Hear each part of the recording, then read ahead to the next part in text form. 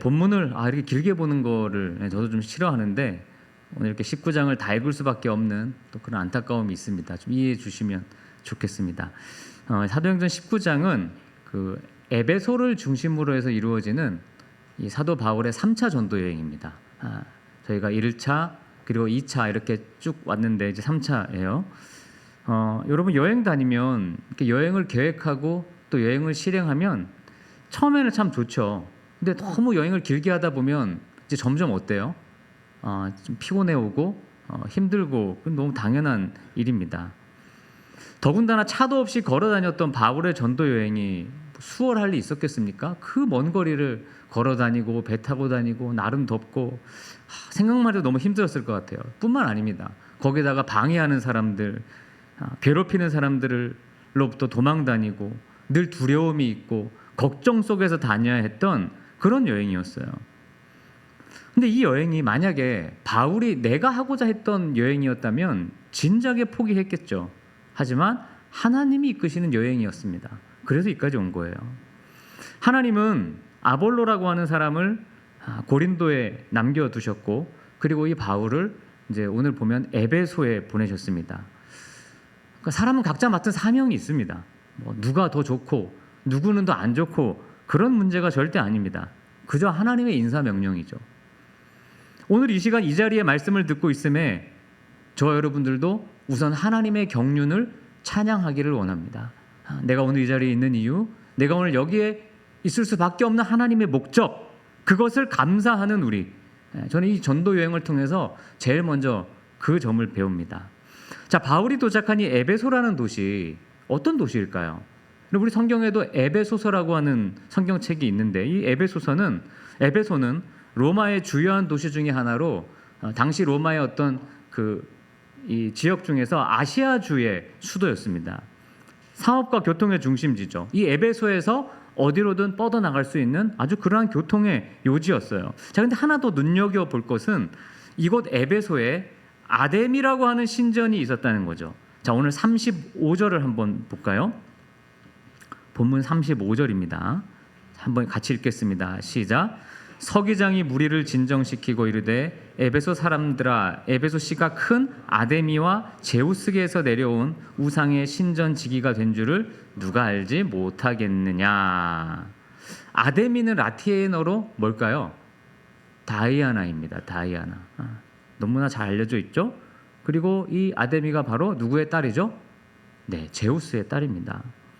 근데 이 아데미 신전이 우리가 일전에 아테네라고 하는 도시를 살펴봤을 때 한번 얘기했던 파르테논 신전보다 무려 4배나 큽니다. 그러니까 아데미 신전의 규모가 어마어마하죠. 그래서 전 세계 7대 불가사의 중에 하나가 무엇입니까? 바로 이 아데미 신전입니다. 어떻게 이 당시에 이렇게 큰 신전을 지을 수 있었겠느냐? 너무나 불가사의하다는 거죠. 바울은 이 에베소에서 이례적으로 3년이나 체류합니다. 여기 있으면서 고린도전서 후서도 써서 보냈어요. 복음이라는 것은 항상 언제나 어디서나 타락한 문화와 대적할 수밖에 없어요. 뭔가 일할 필요가 있는 곳이죠. 하나님의 일하심이 있었기 때문에 바울은 여기에 그렇게도 오래 머물렀습니다.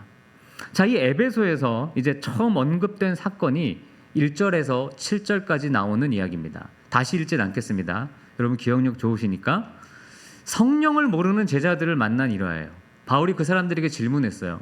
뭐라고 했습니까? 너희가 믿을 때에 성령을 받았느냐라는 질문. 그러니까 너희에게 아무리 들여다봐도 성령님이 함께 하시는 모습이 안 보인다. 너희도 성령 받고 예수님 믿는 거니? 라는 그런 질문이죠. 아볼로와 대비하는 것으로 봐서 여러분 아볼로라고 하는 사람도 처음 모습이 그러했죠. 그렇죠? 성경은 되게 능통한데 성령 받지 않고 성경을 가르쳤던 사람들이었어요. 그러니까 알긴 알지만 뭘 모르는 거죠. 오늘날 우리 기독교인들 중에도 그저 아볼로 방식에 만족하며 사는 분들이 많다는 겁니다. 여러분의 신앙생활 어때요? 여러분 어떻습니까? 그저 내 신앙생활, 내 모습만 겨우 관리하고 어떤 면에서는 지극히 개인적인 종교 생활만 하는 그런 분들이 많죠.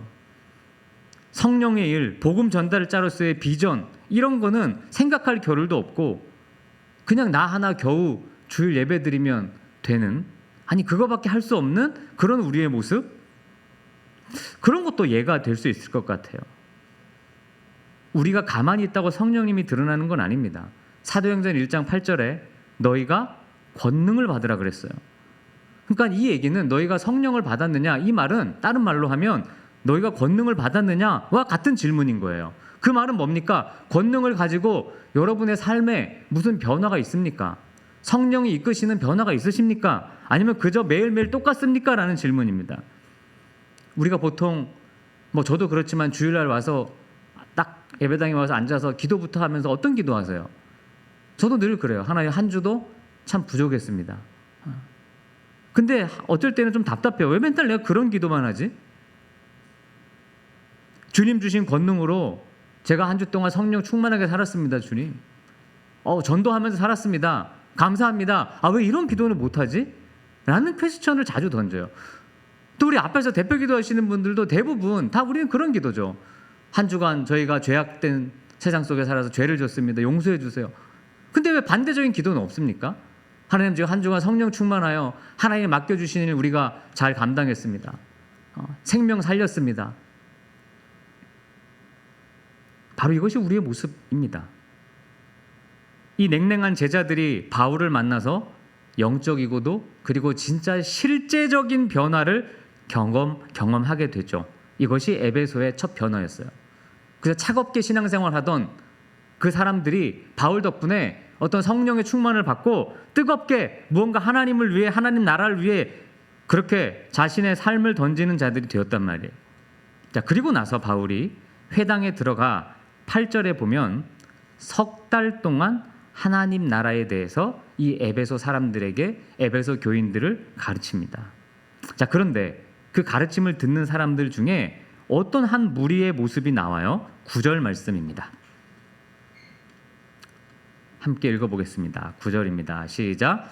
어떤 사람들은 마음이 굳어 순종하지 않고 무리 앞에서 이 도를 비방하거늘 바울이 그들을 떠나 제자들을 따로 세우고 두란노 서원에서 날마다 강론하니라. 어떤 사람들이 나옵니까? 마음이 굳어 순종하지 않고 무리 앞에서 이 도, 예수님이 우리 인생의 주인이라는 이 도를 비방하는 사람들. 바울이 그들을 떠나 제자들을 따로 세우고 그래서 두란노 서원으로 옮겨 거기서 강론을 했어요. 이 사람들 때문에. 되게 고약한 사람들이죠. 마음이 굳었다. 그리고 순종하지 않았다. 바울을 회방했다. 단계가 3단계입니다. 첫 번째가 굳은 마음. 일단 마음이 굳고, 두 번째가 하나님 말씀에 불순종하고, 그리고 세 번째 다른 하나님의 일을 하는 사람을 회방하는 단계까지 나아간다는 거죠. 보통 이런 단계로 나갑니다. 이 마음이 굳다는 단어, 헬라어 단어를 보면 주로 돌이킬 수 없는 그런 딱딱한 마음인데, 이 같은 단어가 성경에 많이 쓰인 곳이, 여러분 구약 성경에 이스라엘 백성들이 출애굽했을 때 바로 왕이 보내줬다가 어떻게 해요? 다시 이 사람들을 쫓아가 죽이려고 하잖아요. 그때 마음이 완고해졌다고 하는 말이 바로 이 단어입니다. 여러분, 살아있다는 거의 특징이 뭐예요? 유연한 겁니다. 우리가 피부도 살아있다는 거는 살이 부드럽다는 거예요. 생명의 특징은 그런 거예요. 순종하는 거예요. 격려와 지지하는 겁니다. 근데 반대로 죽음의 특징이 뭐예요? 경직입니다. 사람이 죽으면 몸이 딱딱해지죠? 그리고 죽었다는 건 불순종하는 거예요. 살아있다는 거 유연합니다. 죽으면 굳습니다. 즉 우리의 마음과 영이 죽었다는 거예요. 굳었다는 것. 심령이 죽었다는 거죠. 믿음은 늘 부드러운 마음, 소프트, 이런 부드러운 마음, 그리고 말씀에 대한 순종, 그리고 회방이 아니라 예수 그리스도의 증인으로 살아가는 나의 실제적인 삶, 이것입니다. 하지만 여러분, 이 회방꾼들 때문에 바울이 회당을 떠나서 이제 참 유명하죠. 이 두란노 서원에서 가르치는 사역을 이어갔는데, 바울의 사역이 항상 그랬죠. 핍박자들, 방해하는 사람들에 의해서 이동하고 이런 걸 보면 회방꾼들의 역할도 분명히 있습니다. 그래서 우리에게는 회방도 감사하다. 그것이 복음이 전해지는 통로가 되기도 한다. 그러니까 그런 말이 있잖아요. 진짜 감사로 생각하면 버릴 게 없다. 어떤 일이든. 그럼 두란노라는 거 들어보셨죠? 두란노 어디서 들어보셨어요? 출판사 이름 아닙니까? 책, 우리 기독교 출판사 중에 제일 유명한 출판사 이름이죠. 근데 이 두란노라는 이름이 어디서 유래했는지는 몰라요. 잘 안 나와, 성경에 안 나와 있어요. 근데 하나 이제 분명한 것은 이 두란노라는 곳이 사람들이 모여서 이렇게 강의를 듣던 곳이었어요. 이 당시에. 근데 그 시간을 바울이 좀 빌렸습니다. 근데 이미 꽉 차 있었기 때문에 비어 있는 시간이라고 하는 게 그 가장 뜨거운 날씨, 낮에 그 비어 있는 시간을 빌려서 그 시간에 거기서 수년 동안 강의를 했어요. 2년 동안 예배하고 공부했어요. 매일, 여기 보면 매일 그렇게 했다. 여러분 따져보면 이걸 보면 그런 생각을 제가 묵상하면서 했어요. 우리가 일주일에 한 번 예배 드리는 걸로는 참 터무니없이 부족하다는 생각을 해봅니다. 세상의 힘이 강하거든요. 그럼 우리의 자아가, 이 죄가 엄청 강하거든요.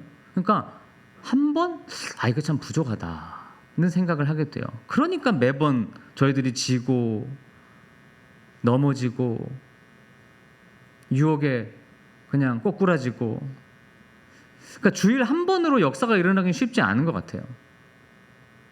아침에 제가 출근하다 보면 제가 한 주에 3번은 6시쯤 출근하고 한 3번은 7시 반 정도에 출근하는데, 그럼 6시에 출근할 때 항상 보는 이렇게 우리 회사 우리 어떤 실장님인데 매일 뛰시는 분 한 분 있어요. 매일 하루도 안 빼고 주말에도 뛰세요. 또 7시 반에 출근할 때 또 보면 항상 그때 때문에 우리 체육처 그 김범도 교수, 그죠? 그 형제 있어요. 아니 이 두 분은 진짜 하루도 안 빼고 뛰어요. 그럼 제가 그거를 차로 출근하면서 볼 때마다 참 대단하다. 그 생각을 늘 해요. 야, 대단하다. 저도 이제 자주 운동을 하려고 노력을 하지만 저분들처럼 저렇게 매일 저렇게 그렇게 못 하거든요. 근데 야, 대단하다. 그러면서 이제 한편으로는 참 건강하겠다. 저렇게 매일 저렇게 하니까 아프지도 않겠다. 뭐 그런 생각을 하는데, 여러분 우리의 몸에 그러니까 그분들이, 그러니까 제가 한 1년 넘게 그 뛰는 걸 지켜봤거든요. 달라져요, 확실히. 몸이 달라져요. 이게 달라지는 게 보인다니까, 이거 보는 사람도. 그러니까 여러분 영적으로도 마찬가지 아니겠어요? 매일 묵상하고 실천하지 않으면 우리 영의 변화가 없습니다. 이게 너무 당연한 진리인 것 같아요, 이거. 그냥 주일날 한번 말씀 보고 이게 우리를 변화로 이끈다는 거는 진짜 어려운 일이에요. 막 성령께서 막 강권적으로 막 하지 않는 이상은 안 돼요. 매일 하나님 말씀을 진지하게 묵상하고 그 삶을 실천하지 않으면 우리에게 어떤 진정한 변화라는 것은 찾아보기 쉽지 않습니다. 그러니까 방식을 바꾸지 않으면 변화는 당연히 없죠. 우리가 왜 저 매일 성경이라는 큐티집을 봅니까? 매일 보라는 거예요. 근데 매일 보라고 해도 못 보잖아요. 참 우리가 연약하다. 이 2년간 매일 있는 사역을 통해 바울도 엄청 뜨거웠던 것 같아요. 한 주에 한 번이 아니잖아요. 매일마다 말씀을 2시간이나 가르치고 예배 드리니까 바울도 엄청 뜨거웠어. 그래서 어떤 일이 막 일어나요? 바울의 몸에 있는 손수건이나 앞치마를 가져다가 그것을 그냥 병든 사람에게 놓기만 해도 병이 고쳐지고 막 악귀가 나가는 이런 일이 일어난다는 거죠. 그러니까 여러분 매일 말씀을 묵상하고 실천한다는 게 얼마나 중요한 건지 알겠죠. 자, 이것을 본 당시의 마술사들이 이제 곤욕을 치르는 이야기가 하나 나와요. 자, 13절부터 16절. 13절에서 16절입니다. 시작. 이에 돌아다니며 마술하는 어떤 유대인들이 시험 삼아 악귀 들린 자들에게 주 예수의 이름을 불러 말하되 내가 바울이 전파하는 예수를 의지하여 너희에게 명하노라 하더라. 유대의 한 제사장 스게와의 7 아들도 이 일을 행하더니 악귀가 대답하여 이르되 내가 예수도 알고 바울도 알거니와 너희는 누구냐 하며 악귀 들린 사람이 그들에게 뛰어올라 눌러 이기니 그들이 상하여 벗은 몸으로 그 집에서 도망하는지라. 이 사람들이 누굽니까? 돈을 벌려고 예수님의 이름을 이용하던 일당들이죠. 그러니까 바울이 예수 이름으로 막 가르치니까 사람 모이는 거 보고 똑같이 한 거예요. 그런데 악귀가 뭐라고 한 겁니까? 넌 도대체 누구냐? 위선이 드러났어요. 하나님 나라는 말에 있는 게 아니라는 게 이런 뜻이죠. 능력에 있는 거다. 바울처럼 같이 있기만 해도 여러분 우리 그런 사람이 있어요. 바울처럼 같이 있기만 해도 막 내 마음이 치유되고 우리 삶이 치유되는 그런 사람이 있죠. 난 저 그런 사람이 되고 싶어요. 근데 그건 하나님 말씀에 진짜 항상 붙어 있을 때만 가능한 일입니다. 가짜 꽃은 아무리 향기를 나려 해도 향기가 나지 않아요. 내가 예수도 알고 바울도 아는데 너 누구냐? 그러니까 여러분 뭐 요즘 우리가 이 귀신 들린 사람에 대한 그런 일화들을 잘 못 보는 시대에 있지만 저도 그런 사람들을 지금까지 신앙생활하면서 한 몇 명 봤지만 그 앞에 서면 아 이게 내가 가짜인지 진짜인지가 딱 나타납니다. 다 알 수 있어요. 악기 앞에 여러분들 딱 갖다 세워놓으면 여러분들이 진짜 하나님 앞에 진실한 사람들인지 아니면 말만 센 사람들인지가 딱 나타나요. 그렇게 해보고 싶어. 여러분 마귀는 우리 시대의 기독교와 기독교인이 이 예수와 바울의 권능을 이어받지 못했다는 그런 형편을 너무나도 잘 알고 간파하고 있습니다. 우리의 삶이 그렇다는 것을 마귀가 너무 잘 알고 있어요. 아마 우리에게도 그럴 거예요. 너는 누구냐? 우리가 교회에서는 다 알고 서로 인정받아도 마귀의 입에서는 넌 누구냐? 그럴 수 있지 않을까요? 여전히 세상은 무속적입니다. 그 가운데 예수님의 능력을 이어받은 우리 주님의 자녀로 여러분 살아가십시오. 그러기 위해서는 하루도 쉬지 않고 하나님의 말씀을 우리의 영적 무기로 삼으셔야만 그게 가능합니다. 삼으셔야 합니다. 자, 바울의 이런 영향력으로 또 어떤 일까지 일어나느냐? 19절과 20절 보겠습니다. 19절과 20절 시작.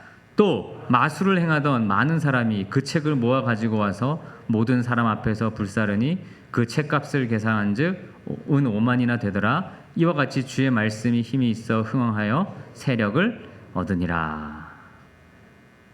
마술사들이 관련된 책을 다 가지고 와서 불태워버렸대요. 이게 무슨 말이에요? 그러니까 그 마술사들에게는 이게 생명과 같은 거죠. 돈이죠. 자기들의 운명과 같은 거잖아요. 자기들의 모든 삶을 바꿔줄 거라고 생각했던 돈 뭐가 있을까요? 뭐 권력, 무속. 넷플릭스에 그 잠깐 무슨 영화를 봤는데 84제곱미터인가? 아파트. 어떤 사람에게는 아파트. 네, 그런 것들. 내 삶에 가장 중요한 것들. 그걸 불태웠다는 뜻이에요. 그들에게 돈벌이가 되는 원천을 불살라버렸어요. 이게 지금 금액으로 환산하면 한 사람이 거의 140년간 일해서 버는 그 품삯을 합친 돈이래요. 그러니까 약 한 15억 정도. 그러니까 얼마나 많은 마술과 무속이 이 당시 이 마을을 지배했는지를 알 수 있는 것이죠. 이들이 바울을 만나서 자기의 직업을 바꾸면서까지 예수가 내 인생의 주인이라고 고백한 것입니다. 예수님 제 인생의 주인입니다. 마술을 다 버린 거예요. 여러분 우리도 이런 집착에서 벗어나야 능력이 나타날 수 있습니다. 그게 가족을 살리는 일이죠. 그게 내 친구들을 살리는 일입니다.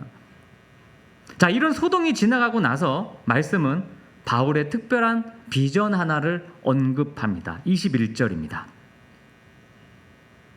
21절. 자, 읽어보겠습니다. 시작. 이 일이 있은 후에 바울이 마게도냐 아가야를 거쳐 예루살렘에 가기로 작정하여 이르되 내가 거기 갔다가 후에 로마도 보아야 하리라 하고. 바울이 어디까지 가겠다고 결단하죠? 로마입니다. 당시 유럽의 심장, 아니 전 세계의 심장인 내가 로마를 내 생의 마지막 전도지로 택하겠다. 뭐 그렇다고 바울이 무슨 세력을 모으거나 뭐 재정을 준비하거나 그런 거 아닙니다. 그저 가면서 또 맞고 피해 당하는 방식이죠. 아시겠지만 바울이 로마에 어떻게 가요? 죄인으로 가죠. 호송당합니다. 압송되어 갑니다. 거기서 참수형을 당합니다. 그가 마음으로 꿈꿨던 로마 이후에 스페인까지 가려고 했는데 뭐 가지도 못했어요. 실행도 못했어요. 하지만 그 어떤 상황도 하나님의 손을 떠나 있는 그런 정황은 없습니다. 바울에게 있어서 로마든 서바나든 장소가 중요한 게 아니었어요. 맞기도 하고 요거 얻어먹기도 하는 그런 과정 속에 그저 매일매일 하나님 말씀 앞에 최선을 다했던 것이 중요했습니다. 왜냐하면 비전이라는 것은 나의 비전이 아니라 하나님의 비전이기 때문입니다. 저에게 이런 비전이 있습니다. 그거 사실 틀린 말입니다. 성경적으로는. 하나님이 제게 이런 비전을 갖고 있습니다. 이게 맞는 말입니다. 비전은 하나님의 것이거든요. 그렇기 때문에 나의 계획이 허물어질 수도 있어요.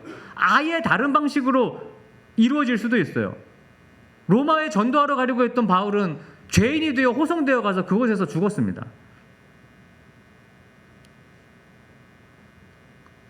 그러나 하나님의 말씀은 여전히 흥왕하여 가더라. 또 하나의 소동이 일어납니다. 23절에서 27절. 마지막 부분입니다. 이 부분만 읽으면 돼요. 23절에서 27절입니다. 시작. 그때쯤 되어 이 도로 말미암아 적지 않은 소동이 있었으니 즉 데메드리오라 하는 어떤 은장색이 은으로 아데미의 신상 모형을 만들어 직공들에게 적지 않은 벌이를 하게 하더니 그가 그 직공들과 그러한 영업하는 자들을 모아 이르되 여러분도 알거니와 우리의 풍족한 생활이 이 생업에 있는데 이 바울이 에베소뿐 아니라 거의 전 아시아를 통하여 수많은 사람을 권유하여 말하되 사람의 손으로 만든 것들은 신이 아니라 하니 이는 그대들도 보고 들은 것이라. 우리의 이 영업이 천하여질 위험이 있을 뿐 아니라 큰 여신 아데미의 신존도 무시당하게 되고 온 아시아와 천하가 위하는 그의 위엄도 떨어질까 하노라 하더라. 아멘. 바울이 전한 도 뭐죠? 예수님이 그리스도다. 내 인생의 주인이다. 이것을 쫓는 일이 아닌 25절에 보면 풍족한 생활이 이 생업에 있는데, 그러니까 이 사람들은 바울 때문에 뭐를 잊어버리게 생긴 거죠? 풍족한 자기들의 생활. 그러니까 이 사람들의 목적은 예수 그리스도가 아니라 무엇이었던 거죠? 풍족한 생활입니다. 근데 사실 우리의 목적도 그것 아닙니까? 여러분, 우리도 사실 말은 예수 그리스도지만 풍족한 생활이 목표가 아닙니까? 하지만 말씀은 우리에게 오늘 알려주는 거예요. 풍족한 생활이 예수를 믿는 자녀들의 목적이 되어서는 안 된다는 거예요. 그것은 하나님이 주시는 선물이지 우리의 목적일 수는 없는 것입니다. 이 일 때문에 바울을 선동하고 모함하는 일이 발생했어요. 뒤에 보면 야외 극장에 큰 인파가 몰렸죠. 그런데 아이러니한 이야기가 있어요. 32절 한 절을 한번 봅니다. 바울의 사람들을 연극장으로 끌고 갔고 바울이 그곳에 가려고 하는데 주변의 인물들이 못 가게 말리죠. 가면 안 된다고. 자, 그런데 32절을 보겠습니다. 자, 시작. 사람들이 외쳐 어떤 이는 이런 말을 어떤 이는 저런 말을 하니 모인 무리가 분란하여 태반이나 어찌하여 모였는지 사람들이 막 저 사람 잘못했다고 뭐 어쩌고저쩌고 각자 자기 얘기를 막 다 하는데 중요한 건 거기서 그렇게 소리 치르고 있는 사람들조차 자기들이 왜 그곳에 왔는지 이유를 모른다는 거예요. 대부분의 사람들이. 사랑하는 형제자매 여러분, 우리가 입으로 말도 많이 하고 열심히 사는 것 같아도 내가 왜 현재 이 인생의 무대에 서 있는지, 목적지는 어딘지 알지 못하고 살아가는 여러분, 그런 미련한 인생들은 혹시 아니십니까? 내가 지금 왜 여기 있는지 여러분 아십니까? 그것을 잊기 위해 뭔가 열심히 다른 걸 하진 않으시나요? 우리는 왜 여기에 있습니까? 나이가 들어가고 점점 세상도 바뀌어가는 이 상황 속에서 여러분, 우리는 왜 여기 있습니까?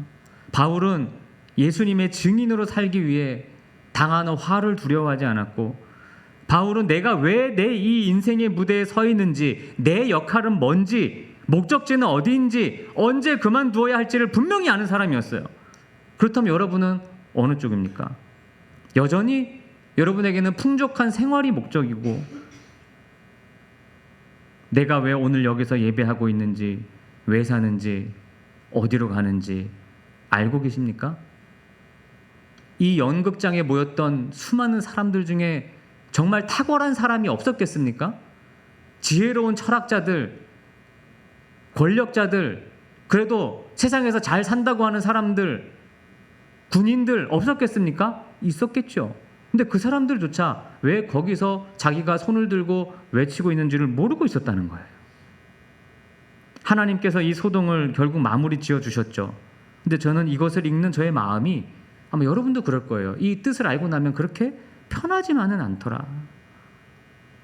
무엇도 모르고 여기 서 있는 사람이 내가 아닐까 하는 마음이 들었기 때문입니다. 내가 여기 지금 왜 서 있지? 매일 그냥 형식에 젖어서 의뢰이 그냥 해야 되니까 여기 서서 예배를 인도하고 설교하는 건 아닐까? 라고 하는 질문을 던져본 거예요. 그렇게 시간을 그냥 때우려고 하는 건 아닐까? 주일날 예배 하나도 그런 시간이 된 건 아닐까? 내 하루의 삶이? 내가 왜 이렇게 사는 거지? 도대체 뭐가 두려운 것일까? 뭐가 무서운 걸까? 왜 흔들리는 걸까? 분명합니다. 이 도를 사도 바울이 말하고 있는 예수가 내 인생의 주인이라고 하는 도를 오늘 하루 내 인생의 모든 삶이 예수님에게 달려있다고 하는 그 분명한 사실을 잊어버리기 때문입니다. 그걸 바라보지 않기 때문입니다. 우리 모두의 이 세계의 이 나라의 역사의 주인이신 그리고 여러분 하루의 삶의 주인이신 그 예수님, 여러분 그 도를 바라보고 신뢰하고 오늘 하루를 살아가시기를 정말 간절히 주님의 이름으로 축원드립니다. 여러분 방황하지 마시고 두려워하지도 마시고 예수님이 내 인생의 주인이기 때문에 그분의 말씀을 매일 묵상하며 담대히 때론 힘들지만 고난스럽지만 여러분의 인생을 승리하며 살아가는 여러분의 인생들 되기를 저도 기도하겠습니다. 하나님, 이 연극장에 모인 무리들처럼 내가 오늘 왜 여기 서서 왜 이 말을 하는지 그 이유조차 모르는 미련한 인생들 되지 말게 하시고 나를 이 땅에 보내신 예수님, 내 인생의 주인이신 예수님, 그분의 목적을 위해 오늘 하루도 살아가고 있음을 잊지 않는 투철한 그리스도인들 되게 해 주시옵소서. 때로는 흔들릴지라도 예수님 바라보고 이기게 하시고 매일 하나님의 말씀을 묵상하고 따르는 일을 소홀히 하지 않게 하시고 내가 가야 할 곳을 향해 오늘도 묵묵히 걸어가는 주의 자녀들로 인도해 주시옵소서. 영적으로, 육적으로, 심적으로 건강한 그리스도인들 되게 해 주옵소서. 예수님의 이름으로 기도드렸습니다. 아멘. 우리 모두